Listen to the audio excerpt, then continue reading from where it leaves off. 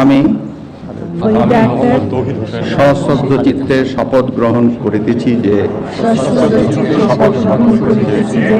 আমি আইন অনুযায়ী অন্তর্বর্তীকালীন সরকারের উপদেষ্টা পদের কর্তব্য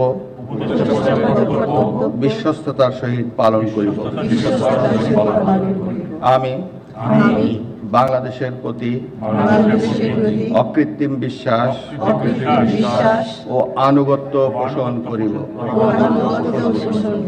আমি সংবিধানের রক্ষণ, সমর্থন ও নিরাপত্তা বিধান করিব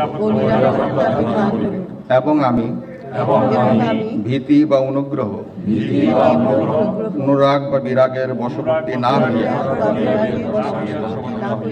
সকলের প্রতি আইন অনুযায়ী যথাবিহিত আচরণ করিব। এবার মাননীয় উপদেষ্টাগণকে গোপনতার শপথ পাঠ করার জন্য মাননীয় রাষ্ট্রপতিকে বিনীত অনুরোধ জানাচ্ছি। আমি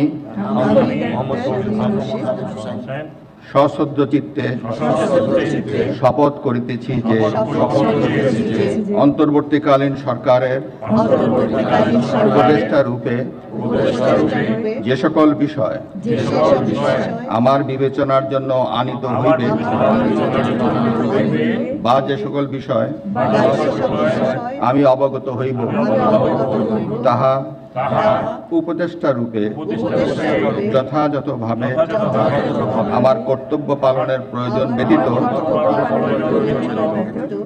প্রত্যক্ষ বা পরোক্ষভাবে কোনো ব্যক্তিকে জ্ঞাপন করিব না বা কোনো ব্যক্তির নিকট প্রকাশ করিব না। ধন্যবাদ।